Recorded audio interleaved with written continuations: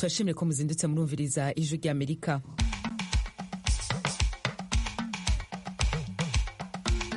radiyo y'ijwi ry'Amerika isamira na Washington DC mu Kirundi no mu Kinyarwanda. Mwaramutse gute nshuti bakunzi bacu, ikaze mu makuru yo muri kino gitondo mugiye gushikirizwa na Diane Nininahazwe. Mu Rwanda, Venant Rutunga yahoze atwara ikigo ca Izar rubona cakora ubushakashatsi mu burimyi n'ubworozi imbere ya jenoside yakorewe abatutsi mu Rwanda mu 1994 yaraye araciriwe igihano c'umunyororo w'imyaka 20. Icyemezo cy'urukiko nk'uko mubizi kigomba kubahwa n'abantu bose, cyane cyane ababuranyi, kubera ko kiba cyatanzwe mu izina ry'abaturage. Turacyubashe naho kumenya ko tutacishimiye cyangwa tucishimiye tuzabibagezaho nyuma. Uyu ni Sofoni Sebaziga aburanira Venant Rutunga mu yagezeho mu karere k'ibiyaga binini vya Afrika kandi muri Republika Demokarasi ya Kongo. Ico gihugu caraye kironse incanco za mbere zo gukingira ibihara vy'inkende. Izi nkuru zirimo izigezeho irya nino kw'isi turazirambura mu kanya isasi.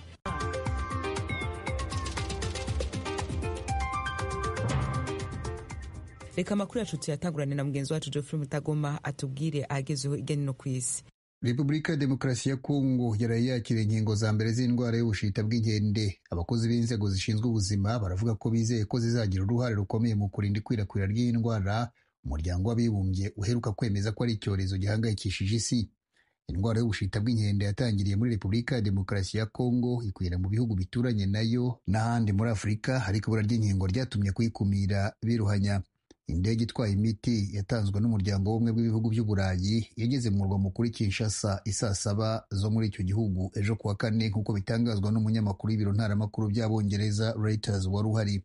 Inkingo za mbere zahageze ni 99,000, hakaba hategerejwe izindi kuwa gatandatu, zose hamwe zikazagera ku 200,000 nk'uko byatangajwe na Laurent Michel uyobora ibiro by'umuryango w'ubumwe bw'Uburayi bishinzwe kwita ku bibazo bitunguranye byerekeye ubuvuzi. Yavuze ko muri rusange Uburayi buzatanga inkingo 566 bushingiye ku hazaba hagaragara indwara y'ubushita bw'inkende kurusha ahandi. Perezida Xi Jinping w'Ubushinwa yemeye guha umugabane wa Afurika miliyari 50 z'amadolari y'Amerika mu myaka 3 iri imbere. Perezida wa Afurika y'Epfo Cyril Ramaphosa yashimiye iyo nkunga, avuga ko ari ikintu cyiza kuri Afurika. Fidel Niyongabo. Perezida Ramaphosa yakiye neza iyo ngingo ya Perezida w'Ubushinwa Xi Jinping, yavuze ko izogirira akamaro gakomeye umugabane wa Afurika. Yabivugiye mu kiganiro yahaye abamenyeshamakuru kuri uyu wa kane ku mugwa mukuru w'Ubushinwa Beijing, hariko habera inama yo gufashanya hagati y'Ubushinwa n'ibihugu byo ku mugabane wa Afurika. Imbere yaho Perezida w'Ubushinwa Xi Jinping yabwiye abategetsi b'ibihugu birenga 50 byo muri Afurika ko leta y'Ubushinwa yiteguriye guha umugabane wa Afurika imiliyaridi 50 z'amadolari mu kiringo c'imyaka 3 iri imbere. Ibice birenga icya kabiri c'ayo mafaranga azoba ari ingurane, mu gihe imiliyaridi 11 y'amadolari azoba ari imfashanyo zitandukanye hamwe n'imiliyaridi 10 y'amadolari izofasha amashirahamwe yo mu Bushinwa gukoresha imitahe yayo muri ivyo bihugu.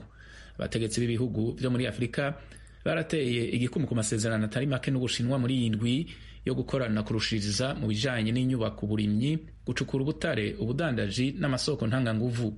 Perezida wa Afurika y'Epfo Cyril Ramaphosa yabwiye ibinyamakuru kuri uyu wa kane ko Afurika y'Epfo, kimwe mu bihugu byo muri Afurika giteye imbere kurusha ibindi, kizokura inyungu zikomeye cyane mu migenderanire yaco n'Ubushinwa.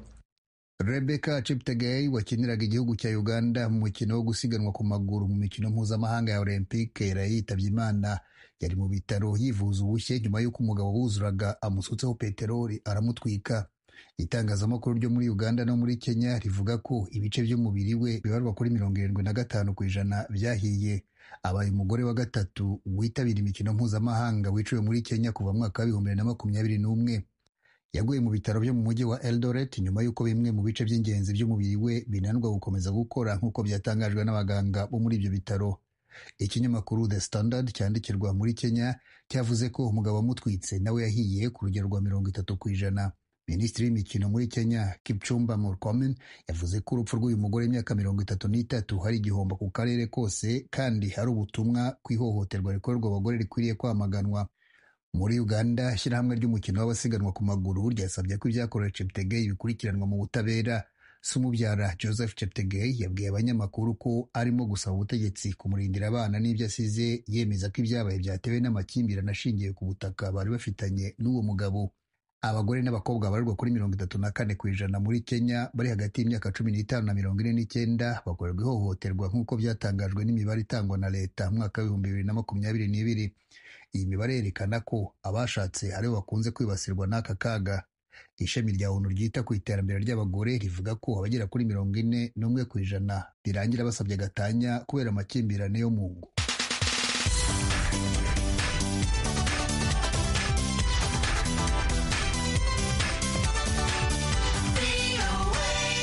Abakozi b'inzego z'iperereza muri leta ya Georgia muri leta zunze ubumwe za Amerika barakora ubushakashatsi ku kuntu umwana w'imyaka 14 yaba yarabonye imbunda yakoresheje ubwo yarasaga abantu ku ishuri yigaho ku wa gatatu w'iki cyumweru.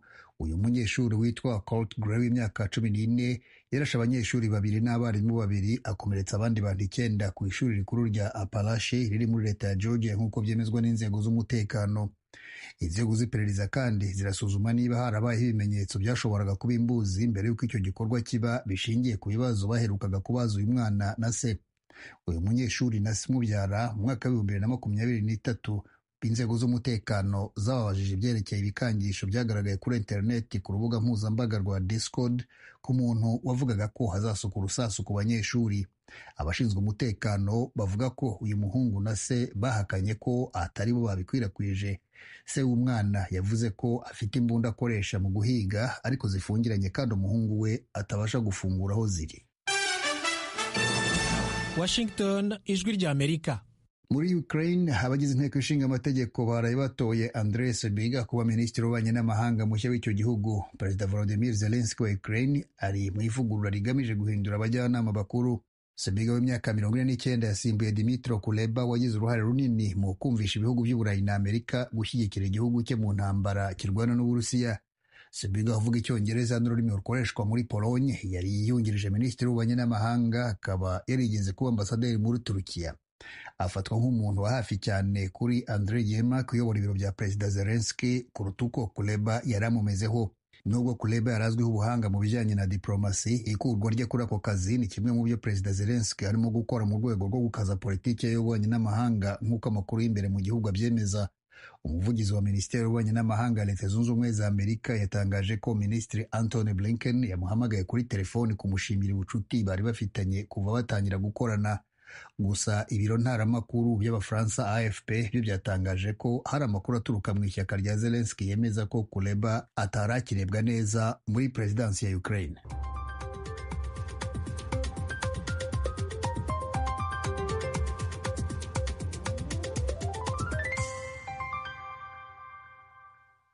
Aya makuru yose mwumvise n'ayandi mushobora kongera kuyasanga kuri www.radio-voa.com, adresse ya YouTube yacu, Instagram, Facebook na X ni VOA Radio yacu.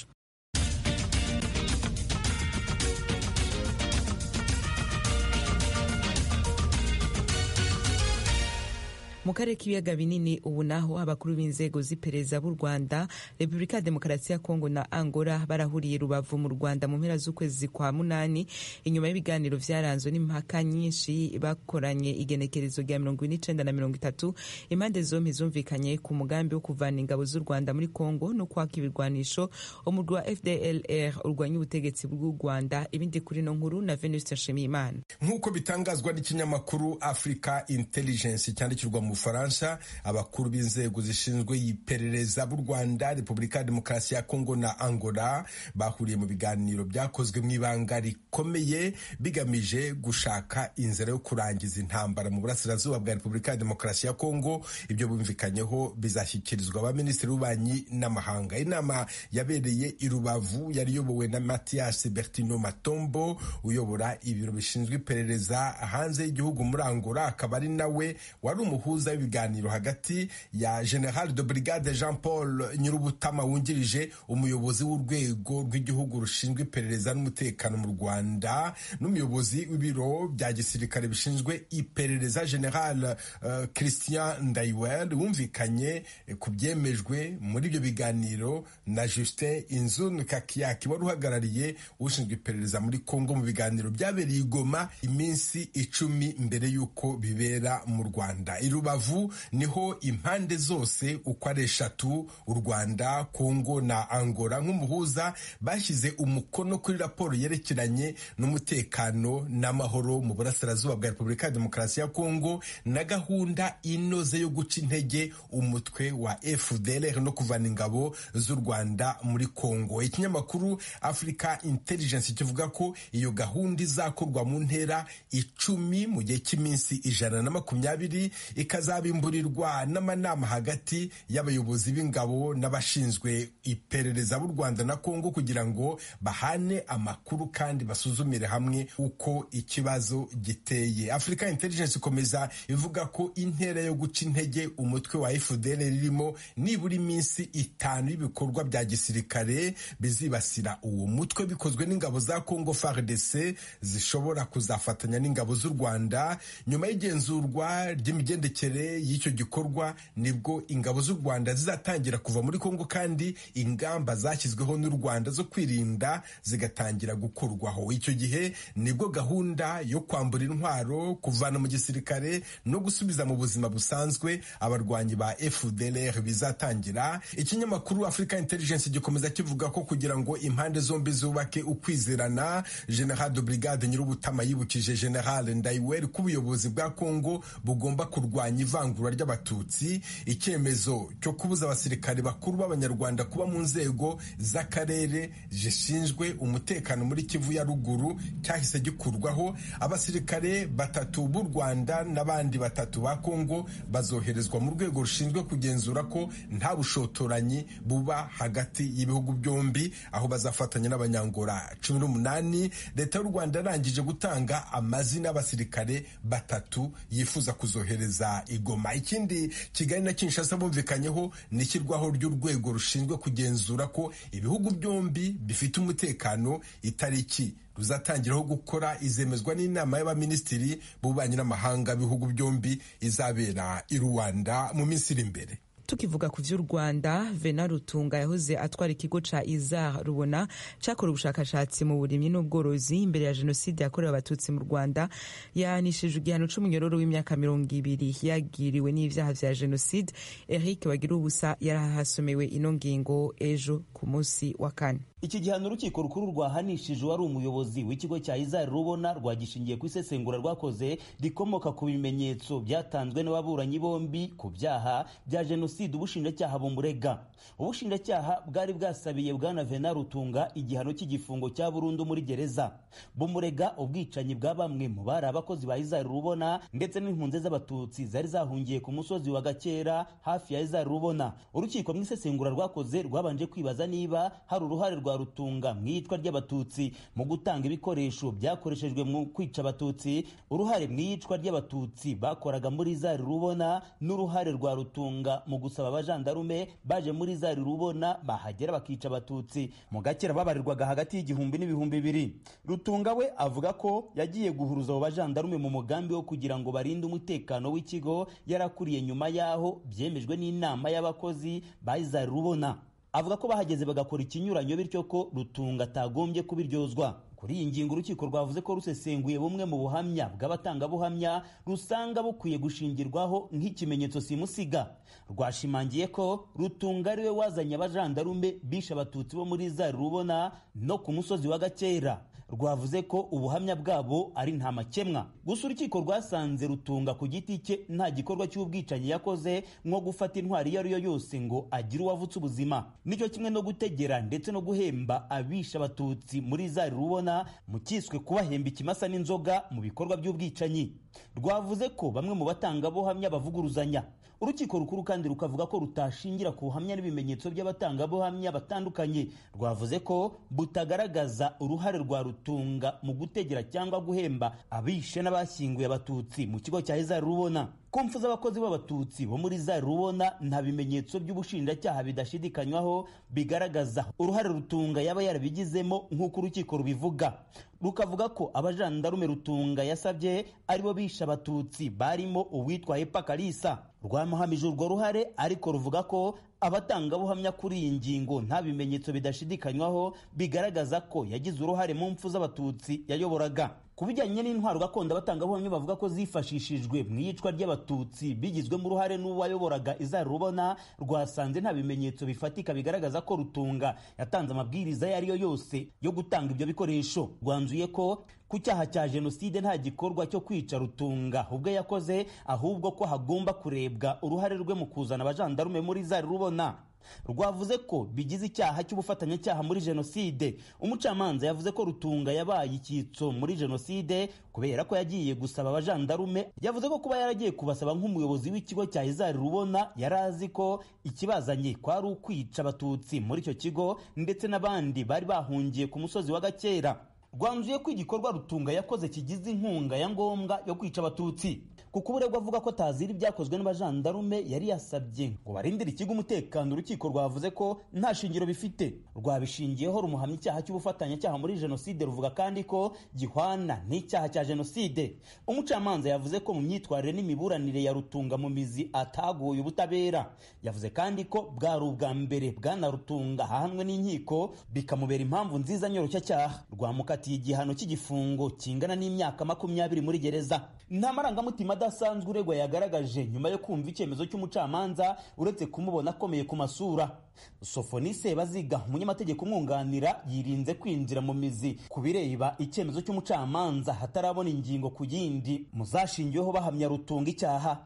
Yavuze ko nanone atagira byinshi atangaza mbere y'uko agira icyo avugana n'uwo yunganira. Icyemezo cy'urukiko nk'uko mubizi kigomba kubahwa n'abantu bose, cyane cyane ababuranyi, kubera ko kiba cyatanzwe mu izina ry'abaturage. Turacyubashe aho kumenya ko tutacishimiye cyangwa tucishimiye tuzabibagezaho nyuma, kubera ko urabona ntabwo kopi y'urubanza twari twayibona.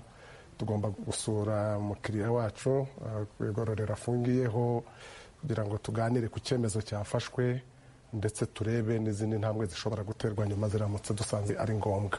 Urukiko rugomba kujurirwa, niba koko kujurira kuzabaho ni mu rukiko rw'ubujurire. Mu manza z'inshinjabyaha amategeko ateganya ko ubujurire ku batishimiye icyemezo cy'urukiko butangwa mbere y'ukwezi urubanza rukimara gusomwa. Bwana Venant Rutunga wahoze ategeka ikigo cya Isaac Rubona mu cyahoze ari perefegitura ya Butare cyitaga ku bushakashatsi mu by'ubuhinzi n'ubworozi, mu mwaka washize w'2021 nibwo igihugu cy'Ubuholandi cyamwohereje kuza kuburanira mu Rwanda. Ibyaha byose aregwa Rutunga arabihakana, akavuga ko nawe hari hatewe n'abakoraga jenoside. Akabagira Ijwi ry'Amerika, Nyanza mu majyepfo y'u Rwanda. Iyi ni radiyo Ijwi ry'Amerika yumvikanira i Washington DC. Ijwi ry'Amerika, Washington DC, mu Kirundi no mu Kinyarwanda. Muri Amerika imigambwe ibiri ya mbere ikomeye, abademokrati n'abarepublika, isamakenga ko amatora yo mu kwezi kwa 11 uno mwaka ashobora kubamwo twasorobo. Nivyo tugiye kurabira hamwe uno munsi mu rukurikirane rw'inkuru zibabwira ku matora ya Amerika. Amatora yo mu 2020 yakanguye abanyamerika ku buryo budasubirwaho ku buremere bwa demokarasi yabo, bahereye ku myitwarire y'uwayatsinzwe ariko wanze kubyemera, ari we Donald Trump, kandida w'ishyaka ry'abarepublikani muri aya matora yo mu 2024. Natekerezaga ko itora ryari mu buriganya k'amajwi yaryo yibwe. Nyuma y'amatora yo mu 2020, Trump yakoze ibishoboka byose kugira ngo abe ari we utangazwa ko yayatsinze, kugeraho abayoboke be batereye inteko ishinga amategeko ku itariki ya 6 y'ukwa mbere 2021 bashaka kuyibuza kwemeza insinzi ya Joe Biden. Ubushinjacyaha bwarabimureze. Ubu urubanza rurimo rurakururana mu nkiko. Nubwo ibyabaye nyuma y'amatora yo mu 2020 byakubise inkuba, si ubwa mbere Leta Zunze Ubumwe za Amerika yari ihuye n'ikibazo cy'amatora ateye amakenga. Aha twatanga urugero rwayo mu 2000. Icyo gihe kandida Al Gore w'umudemokrate yabanje kwemera ko yatsinzwe, ndetse anahamagara uwo bari bahanganye George W. Bush w'umurepublikani amushima ko ari we watowe. Nyuma ariko Al Gore yaje kwisubiraho, asaba ko ibarura ry'amajwi risubirwamo, by'umwihariko muri leta ya Florida. Niko byagenze ariko biratinda cyane, biba ngombwa ko urukiko rw'ikirenga rw'igihugu rubyinjiramo. Noneho ku itariki ya 12 y'ukwa 12 2000 rutangaza ko ari Bush watowe. Bukeye bwaho Al Gore yemeye umwanzuro warwo burundu. Guhinyura amatora ariko ntibiba mu ibarura ry'amajwi byonyine gusa, bishobora guturuka no mu bindi bintu byinshi bijyana nayo.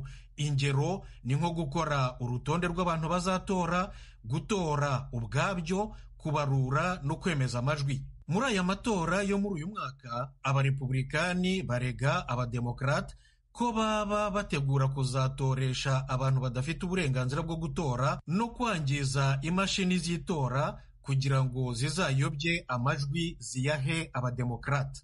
Abademokrate bo barega abarepublikani ko baba barimo bategura uburyo bwo kuzabuza rubanda kugera ku biro by'itora no kuzongera gutambamira ibarura ry'amajwi n'imirimo yo kuyemeza. Ariko Vice Perezida Kamala Harris, kandida w'abademokrate, avuga ko azarengera ubusugire bw'amatora n'inkingi za demokarasi.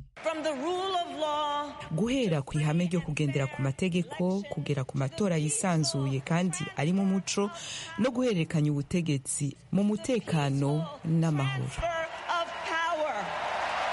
Si abanyapolitiki b'amashyaka abiri ya mbere akomeye bonyine bafite impungenge. Serena Stewart ni umuyobozi nshingwabikorwa w'umuryango wavutse mu 1920 i Washington DC witwa League of Women Voters, uharanira uburenganzira bwo gutora, by'umwihariko uburenganzira bwo gutora ku bari n'abategarugori.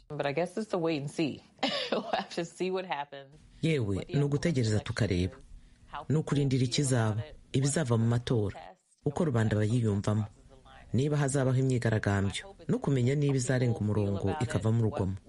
Reka nizere ko bitazagera kuri urwo rwego. Komisiyo y'igihugu ishinzwe guhanahana amakuru yerekeye amatora mu nzego zose ziyashinzwe, US Election Assistance Commission, yemeza ko izi mpungenge zidakwiye kubaho. Isobanura ko abategura kandi bazatunganya amatora biteguye neza kandi bafite ubunararibonye buhagije.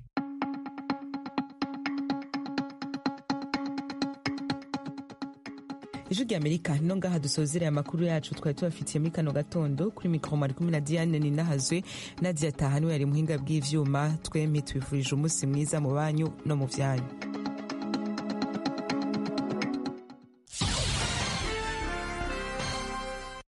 Iri ni ijambo ry'intangamarara ribashikiriza imigabo n'imigambi vya Leta Zunze Ubumwe za Amerika. Mu gihe hakomeje intambara y'ububisha iciye ukubiri n'amategeko yashoje kuri Ukraine, Perezida w'Uburusiya Vladimir Putin aribasira abasivili b'abanya-Ukraine ubudacogora, cyane cyane abana bo muri iki gihugu. Kimwe mu byaha ndengakamere Uburusiya bukorera abanya-Ukraine ni ishimutwa n'itwarwa ry'ibihumbi n'ibihumbi by'abana bajyanwa mu Burusiya mu bice bya Ukraine bwigaruriye ndetse no muri Belarusi bidatangiye uruhushya n'imiryango yabo. Abo ni abana ababyeyi babo biciwe mu ntambara cyangwa se bafunzwe n'abategetsi mu turere tugenzurwa n'Uburusiya. Abandi nabo ni abatatanye n'imiryango yabo mu bice birimo imirwano. Hari kandi n'abashimuswe bavanywe mu bigo bya leta ya Ukraine mu turere Uburusiya bwigaruriye. Bamwe muri aba bana bari baroherejwe n'ababyeyi babo mu nkambi z'abana zo mu gihe cy'impeshyi. Aba bibwiraga ko ariho haba hatekanye ku bana babo, nyamara ntibongeye kubaca iryera. Abana bashimuswe bakorerwa icengezamatwara, bagahabwa inyigisho z'iyozabwonko, yewe bakanahabwa imyitozo ya gisirikare. Bacengezwamo amahame n'imyemerere bya Kirusiya, n'ubwo inyigisho batekerwamo ziba ari ibinyoma bigamije kubahanaguramo amateka, umuco n'ururimi byihariye bya Ukraine. Mu kwezi kwa gatatu kwa 2023, nyuma yo kwanzura ko ishimutwa ry'abana b'abanya-Ukraine rigize ibyaha byo mu ntambara, ibyibasiye inyokomuntu ndetse n'icyaha cya jenoside, urukiko mpuzamahanga mpanabyaha rwasohoye impapuro zo guta muri yombi Perezida Vladimir Putin na Maria Lvova-Belova, komiseri ushinzwe uburenganzira bw'abana mu Burusiya. Mu mpeshyi ishize, Leta Zunze Ubumwe za Amerika yashyizeho ibihano ku bigo bibiri byo mu Burusiya n'abantu 11 kubwo gufata no kohereza abana b'abanya-Ukraine muri izi nkambi z'iyozabwonko n'icengezamatwara. Kandi ku itariki ya 24 y'ukwezi gushize kwa munani muri uyu mwaka, Minisiteri y'Ububanyi n'Amahanga ya Amerika yashyiriyeho ibihano Movement of the First, umuryango w'urubyiruko uyoborwa na Leta y'Uburusiya ndetse n'abayobozi babo batatu kubw'uruhare rwabo mu nyigisho z'icengezamatwara mu bana b'abanya-Ukraine. umuryango Movement of the First washinzwe na Vladimir Putin mu kwa 12 kwa 2022 binyuze muri porogaramu zawo zinyuranye zirimo itegurwa ry'imikino y'imirwano yigana ikanisanisha n'ibihe byo mu ntambara, cyo kimwe no kwiga gutegura ibikoresho byo ku rugamba. Uyu muryango urimo gutoza abana b'abanya-Ukraine barimo n'abajyanywe mu Burusiya biciye ukubiri n'amategeko. Abana nibo hazaza, kandi igihugu gitakaje abana bacyo nta hazaza kiba kigifite. Vladimir Putin ibyo arabizi. Mu gusiba ubumenyi bw'umuco n'amateka ya Ukraine mu bwenge bw'abana bayo, Putin yizeye ko azahindura ahazaza h'icyo gihugu ngo ahahuze n'ibitekerezo bye bibi kandi bigoramye. Ntakwiye kwemererwa gukora ibyo. Leta Zunze Ubumwe za Amerika izakomeza gufasha Ukraine mu gihe irengera ubwigenge bwayo n'abana bayo imbere y'ubushotoranyi bw'Uburusiya. Iri ryari ijambo ry'intangamarara ribashikiriza imigabo n'imigambi vya Leta Zunze Ubumwe za Amerika.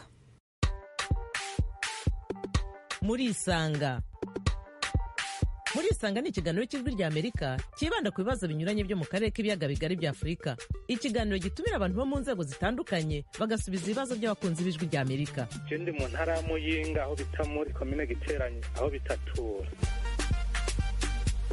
Ndi hano Kampala Uganda. Gende mu gisagara cya Bujumbura. Ni ikiganiro kimara isaha kuva saa 10 kugera saa 11 buri munsi kuva kuwa mbere kugera ku cyumweru. Ntuye muri leta ya Colorado, Leta Zunze Ubumwe za Amerika. Mbanje kuramutsa abo batumire mwadutumiriye. Nawe turagutumiye. Kurikira ijwi rya Amerika aho uri hose, haba kuri radio, kuri telefone no kuri mudasobwa. Nawe turagutumiye. Ntuziheze, urararitswe buri munsi saa 10.